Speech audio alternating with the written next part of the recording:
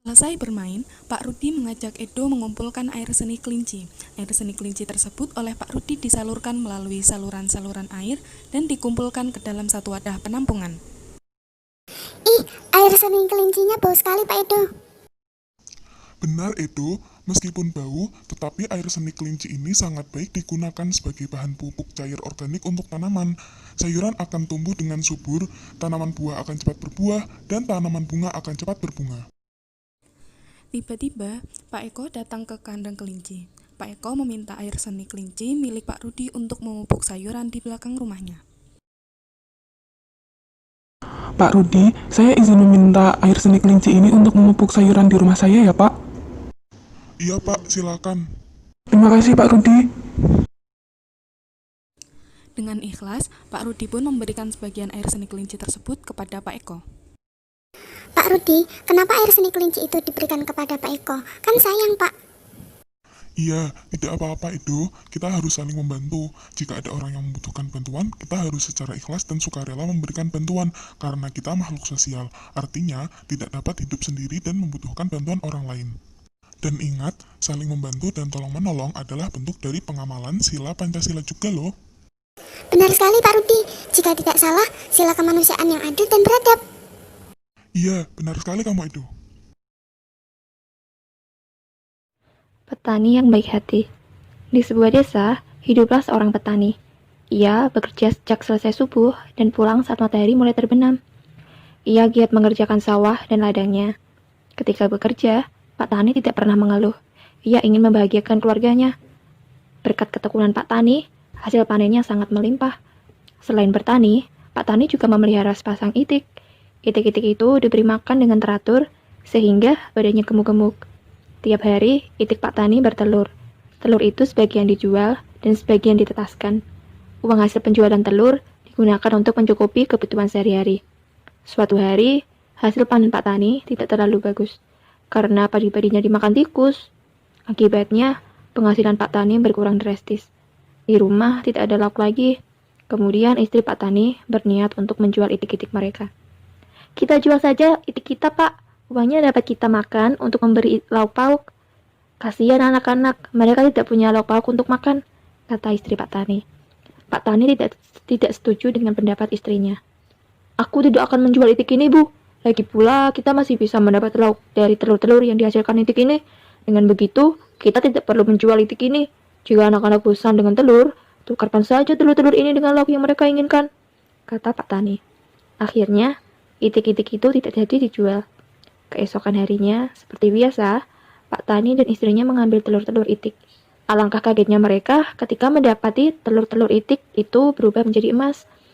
Emas-emas itu keluar dari tubuh itik. Mereka sangat bahagia. Emas-emas itu ditukarkan dengan kebutuhan hidup mereka. Sekarang Pak Tani tidak kekurangan. Ia menjadi seorang yang kaya raya. Di desanya tentunya. Meskipun sudah menjadi orang kaya, Pak Tani dan keluarganya tidak sombong. Ia membantu orang-orang yang memerlukan bantuan.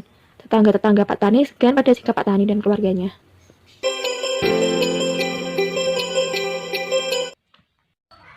Halo, Assalamualaikum warahmatullahi wabarakatuh.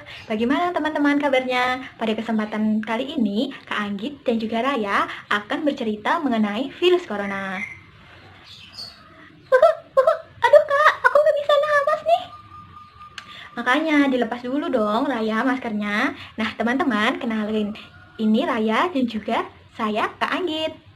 Iya Kak, aku juga udah kenal Kakak. Lagian, kenapa sih kita mesti pakai masker? Raya, saat ini kita perlu pakai masker agar tidak terjadi penularan virus corona. Hah? Virus corona? Apa itu, Kak? Ih, nyebelin banget. Gara-gara dia, aku harus belajar di rumah, main di rumah, terus nggak bisa jalan-jalan. Ih, kesel deh sama virus corona.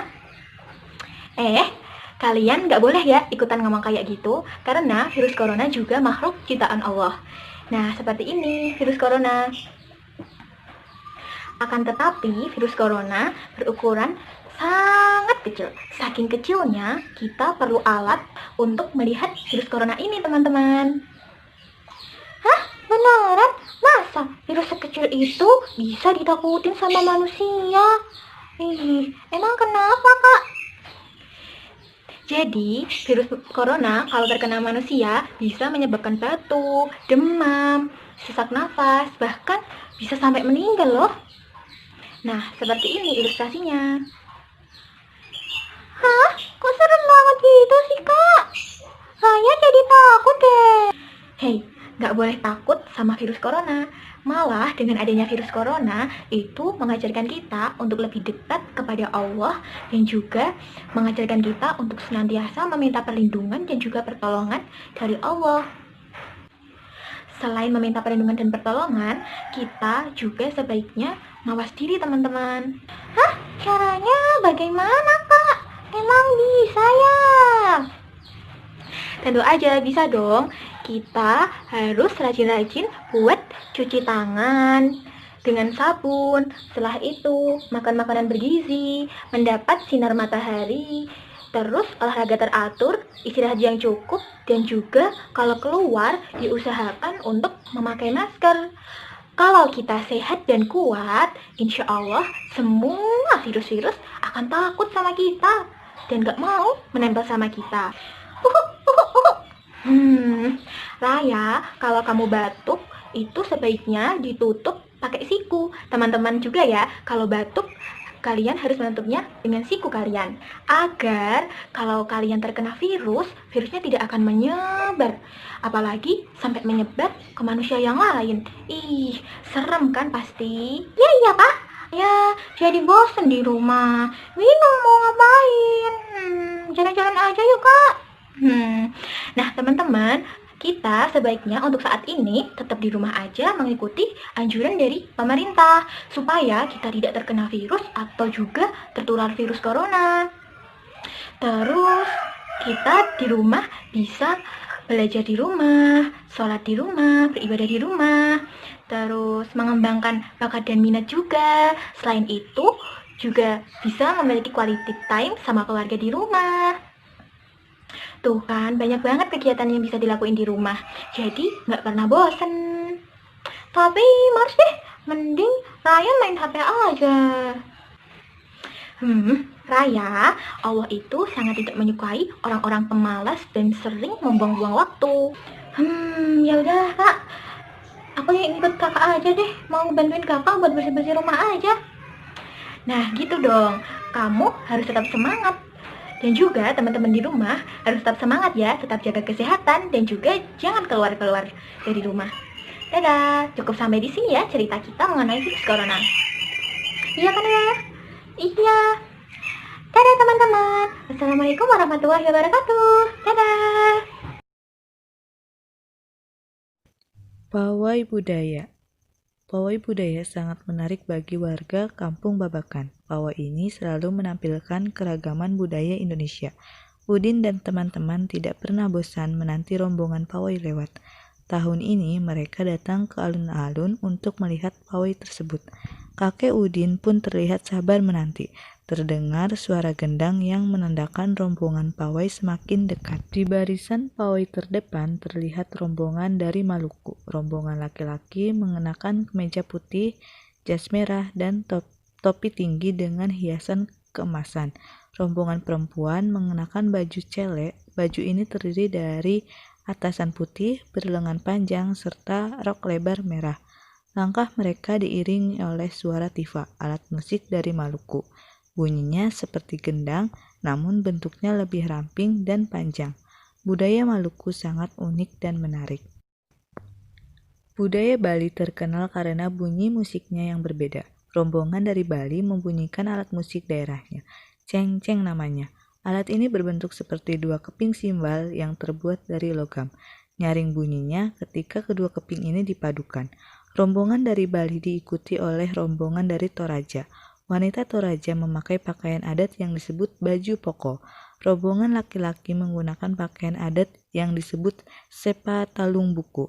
Rombongan Toraja membunyikan alat musik khas mereka, papompang namanya.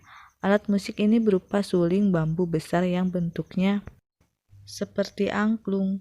Unik bentuknya, unik pula bunyinya. Budaya Toraja sangat menarik untuk dipelajari. Udin dan teman-teman senang melihat pawai budaya. Selalu ada hal baru yang mereka perhatikan setiap tahun.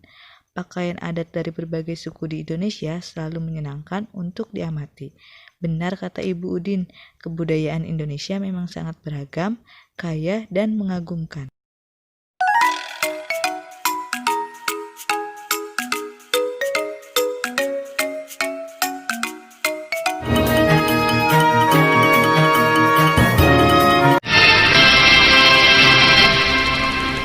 Pemirsa, bagi Anda pecinta sepak bola tentunya tak asing dengan nama Franco Baresi. Legenda dan mantan kapten tim Italia ini pagi tadi berada di studio RCTI.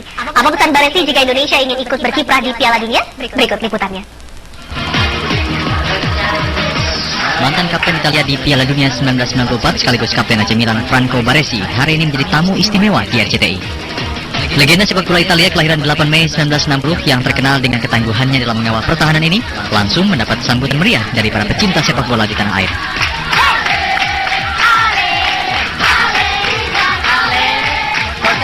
Berbagai gelar telah ia raih, termasuk 6 kali juara Liga Italia dan 2 kali juara Liga Champions serta runner-up Piala Dunia 1994. Sejak berkarir pada tahun 1977 hingga pensiun pada tahun 1997, tembok karang AC Milan ini tidak pernah berpindah klub, sehingga AC Milan juga mengabadikan nomor punggung 6 miliknya dan tidak boleh ada lagi yang menggunakan.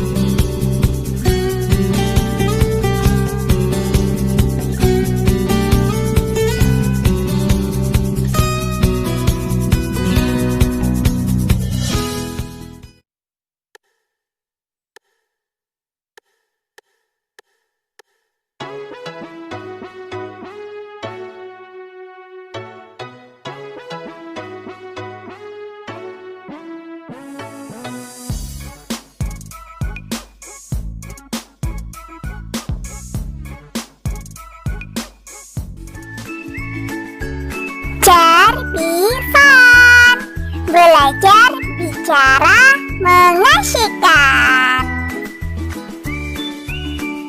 Apa sih itu Cerbivan? Halo sahabat Bivan dimanapun kalian berada. Di sini Bivan ingin memberitahu kepada sahabat semuanya nih bahwa Cerbivan adalah belajar bicara mengasyikan. Dengan Cerbivan ini akan melatih keterampilan berbicara sahabat semuanya loh. Jadi ayo belajar bersama Bivan sampai selesai ya. Jangan malu-malu untuk belajar yang mengasyikan.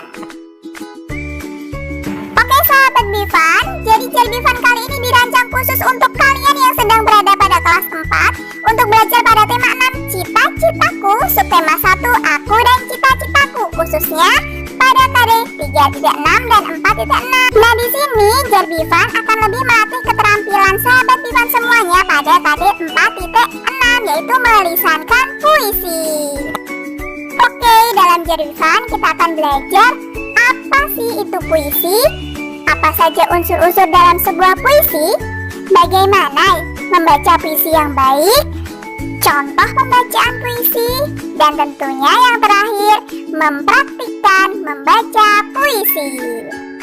Unit 1. Pengertian puisi. Puisi merupakan karya sastra hasil ungkapan dan perasaan seseorang dengan bahasa yang terikat irama, rima, penyusunan lirik, dan bait. Lalu, unsur-unsur puisi terdiri dari: pertama, rima atau persajakan; 2. Irama atau ritme; 3. Lirik atau baris; 4. Bait; 5. Diksi; dan yang keenam, majas. Nah, sahabat Vivan, ada hal yang harus diperhatikan dalam membaca puisi. Yang pertama adalah ketepatan ekspresi; 2. Gestur; 3. Kejelasan artikulasi; 4. Adalah irama puisi; dan yang kelima adalah intonasi.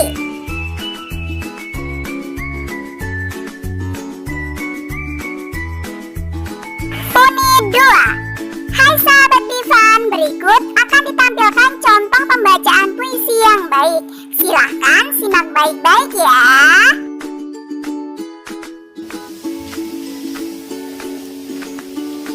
Syahra Aurora dalam barisan tinta di balik seruan pahlawan.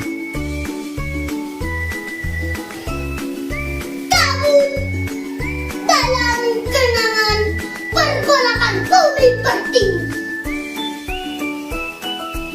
Merdu, apakah hujan deras membanjiri asa yang haus kemerdekaan? Bila dan semua yang ada menunggu keputusan sakral. Serbu merdeka atau mati. Allahu Akbar. Titahmu terdengar kian merasuk dalam serbuan bambu runcing menyatu. Kau teruskan bunyi-bunyi ayat suci.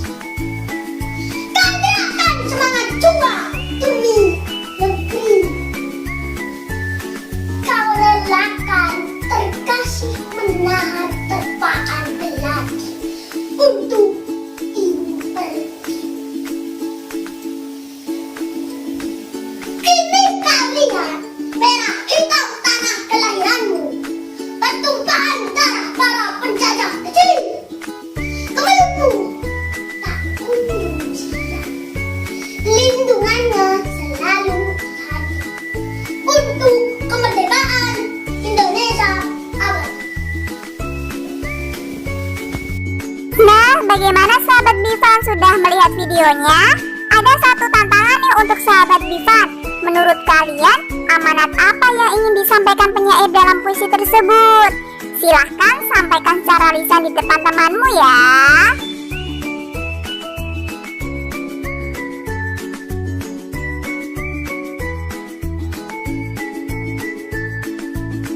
Sampailah kita pada unit 3, yaitu praktik membaca puisi. Nah, sahabat Vivan, di sini disediakan puisi berjudul Ibuku. Sahabat Vivan, silahkan praktikkan membaca dengan memperhatikan hal-hal yang perlu diperhatikan yang telah disampaikan di awal tadi ya. Semangat!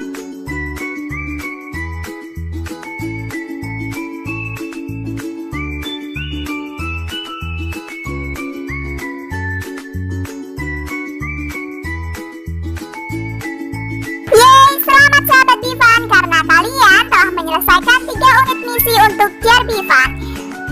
Pesan untuk sahabat Vivan semuanya, tetap semangat untuk berlatih meningkatkan keterampilan berbicara kalian ya. Semangat!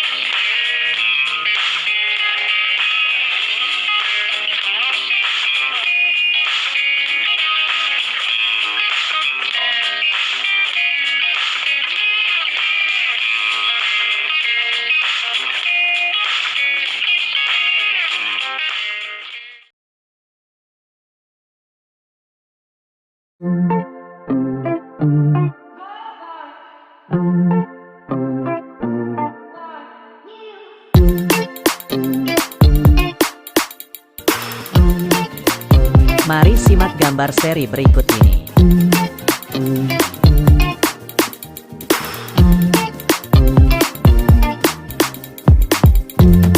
Gambar seri pertama. Pada suatu hari Edo, Benny, dan Udin sedang bermain pasir di pinggir pantai.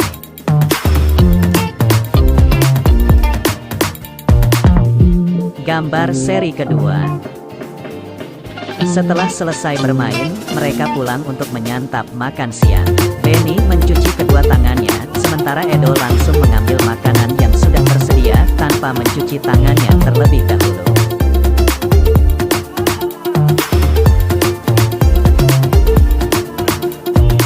Gambar seri ketiga.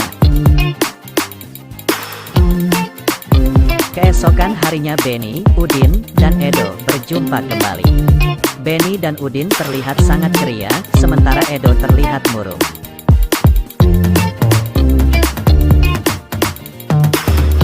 Gambar seri keempat. Sore harinya Benny dan Udin mendapat kabar bahwa Edo sakit. Mereka langsung menjenguk Edo di rumahnya. Ternyata Edo sakit karena sehabis bermain pasir kemarin tidak mencuci tangan sebelum makan.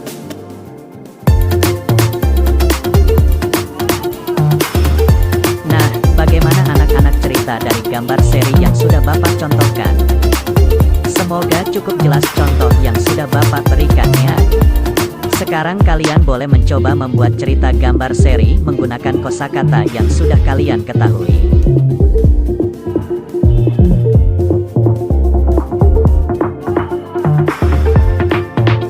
Selamat mencoba.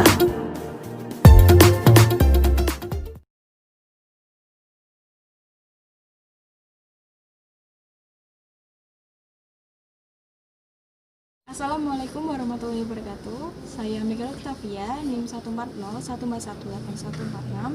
Kali ini akan menampilkan media interaktif membaca yang telah saya buat. Nah, saya menggunakan media QR barcode. Nah, QR barcode ini akan membantu anak untuk termotivasi dalam membaca. Nah, untuk info lebih lanjutnya atau hasil selanjutnya, selamat menyaksikan. Pertama-tama yang harus kita lakukan adalah menginstal aplikasi QR Code pada Play Store. Nah, pertama-tama kita coba install. Sudah ya? Sudah. Nah, selanjutnya kita akan berpindah ke objek yang akan kita scan barcode yang telah kita tempel ke tanaman yang ada di sini. Ayo kita. Nah, yang pertama kita akan belajar tentang sirih gading. Nah, silakan.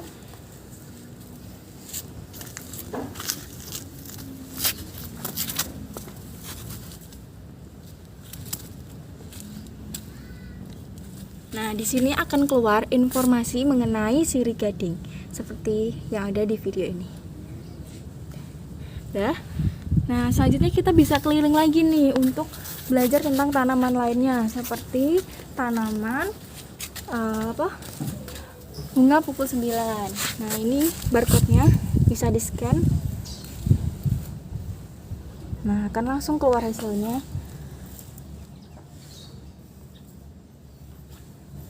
Nah, apa dia bacanya?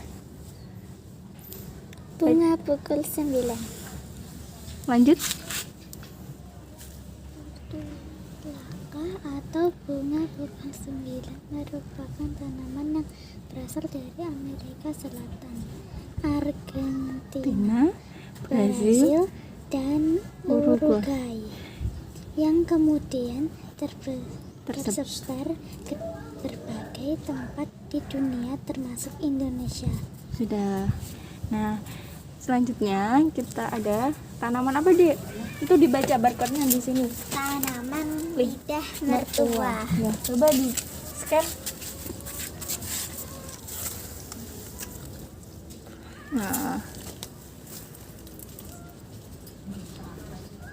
Nah, sudah keluar informasinya ya. Oke. Selesai. Oke, itu tadi adalah hasil praktek dari penggunaan media interaktif membaca menggunakan QR code.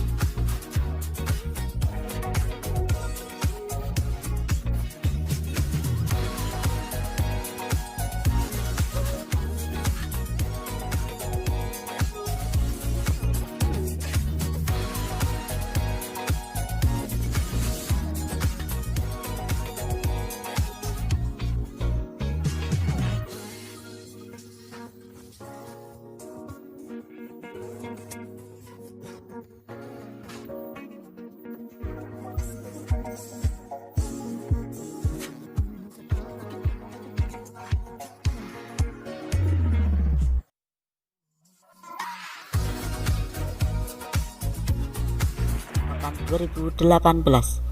Saya akan menayangkan media interaktif membaca mata kuliah pembelajaran bahasa Indonesia sekolah dasar kelas tinggi. Ya, langsung saja. Untuk petunjuk pelaksanaan, yang pertama, perhatikan media yang akan ditayangkan. Yang kedua, perhatikan pembacaan yang dilakukan oleh guru. Yang ketiga, tirukan pembacaan yang dilakukan oleh guru. Dan yang keempat, lakukan kembali pembacaan secara individu. Silahkan perhatikan gambar-gambar berikut. Yang pertama yaitu bola, yang kedua tangan, yang ketiga ini Bayu, dan yang keempat mobil. Untuk cara membaca, yang pertama yaitu bola terdiri dari dua suku kata yaitu bo dan la. Terdiri dari 4 huruf yaitu B, O, L, A. Kita eja menjadi B-O, bo, L-A, la. Dibaca bola. Ayo kita lakukan bersama-sama. B-O, bo, L-A, la. Bola. Sekali lagi. B-O, bo, L-A, la. Bola. Silahkan anak-anak tirukan pengejaan bola secara individu dan bergantian. Terima kasih. Kemudian untuk yang kedua yaitu tangan. Terdiri dari 2 suku kata yaitu ta dan ngan. Terdiri dari 6 huruf yaitu T, A, N, G, A, N. Dieja menjadi T-A, ta, N-A-N, ngan, dibaca tangan. Ayo kita lakukan secara bersama-sama. T-A, ta, N-A-N, ngan, tangan. Sekali lagi, T-A-T-A-N, ngan, tangan. Silahkan lakukan pengejaan kembali secara individu dan bergantian. Terima kasih. Kemudian untuk yang ketiga, ini Bayu. Terdiri dari dua kata yaitu ini dan Bayu. Terdiri dari 4 suku kata yaitu ini, Bayu. Dan terdiri dari 7 huruf yaitu I, N, I, B, A, Y, U. Dieja menjadi ini, B, A, ba, Y, U, yu, Bayu. Dibaca menjadi ini Bayu. Ayo kita lakukan secara bersama-sama. Ini, B, A, ba, Y, U, yu, Bayu. Dibaca ini Bayu. Sekali lagi, ini, B, A, ba, Y, U, yu, Bayu. Dibaca menjadi ini Bayu. Untuk yang terakhir yaitu mobil. Terdiri dari 2 suku kata yaitu mo dan bil. Terdiri dari 5 huruf yaitu M, O, B, I, L. Dieja menjadi MO, mo, B, I, L, bil. Dibaca mobil. Ayo kita lakukan secara bersama-sama. MO, mo, BIL, bil. Dibaca mobil. Sekali lagi, MO, mo, BIL, bil. Mobil. Silahkan tirukan secara individu dan bergantian. Terima kasih. Itulah cara-cara membaca, itulah media-media yang dapat saya sampaikan. Semoga dapat membantu anak-anak semua memahami cara membaca. Assalamualaikum warahmatullahi wabarakatuh. Hari ini saya akan membuat media pembelajaran bahasa Indonesia membaca, yaitu amplop puisi. Jadi ada beberapa bahan yang kita butuhkan. Yang pertama ada styrofoam, kemudian ada gunting, lem, dan ada kertas origami. Nah, langkah pertama yang kita harus lakukan adalah membentuk kertas menjadi kotak seperti ini. Sederhana saja, kita melipatnya di 2 sisi persegi panjang dan kita lipat secara vertikal. Yang kedua, kita lipat bagian tengahnya seperti sisi miringnya, kemudian kita lipat seperti ini, dan ini dia lipatan yang kedua. Baiklah, assalamualaikum warahmatullahi wabarakatuh. Perkenalkan, nama saya Ananda Rafid, NIM 140141, pemilih angkatan 2018. Nah, di sini saya akan menjelaskan media pembelajaran amplop puisi. Jadi ada bentuk seperti ini dan ini, dan ini adalah nomor untuk penempatan puisi nanti. Jadi anak-anak nanti akan membuat puisi, menulis, lalu membacakannya secara per kelompok.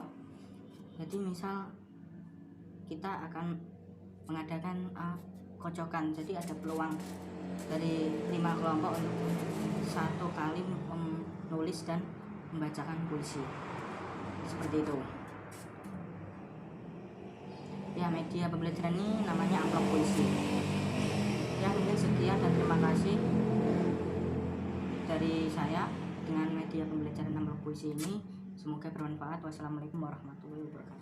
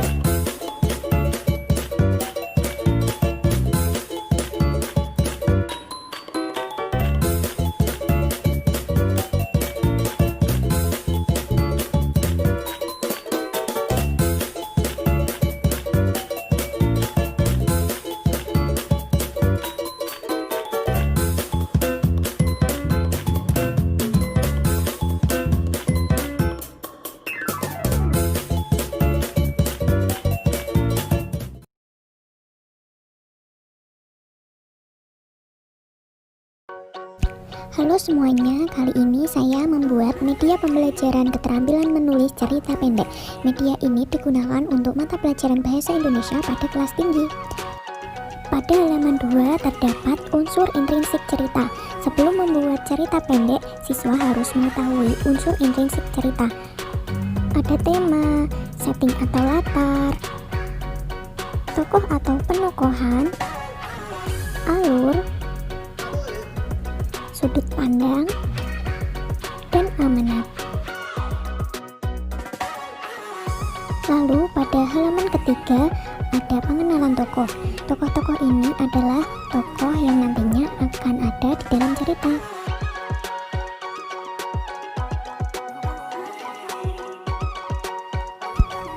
Halaman 4 berjudul Ayo Kita Membuat Peta Pikiran. Disediakan sebuah gambar yang mencerminkan sebuah peristiwa. Siswa diajak mengidentifikasi gambar tersebut dengan pertanyaan apa, siapa, mengapa, bagaimana, kapan, di mana, dan judul yang tepat untuk gambar tersebut.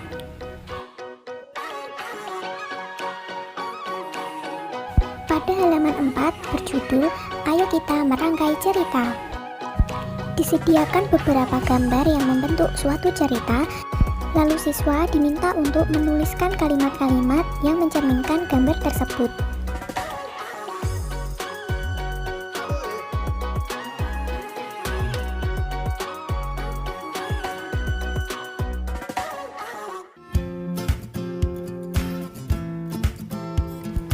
Pada halaman ke-7 berjudul Ayo Kita Menulis Cerita Pendek.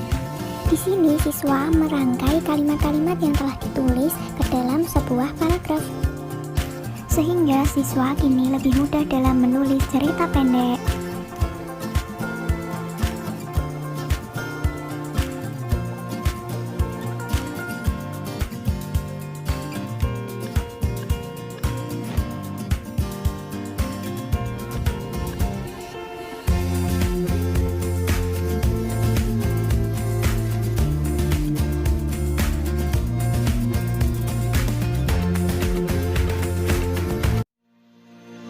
Audio Jungle.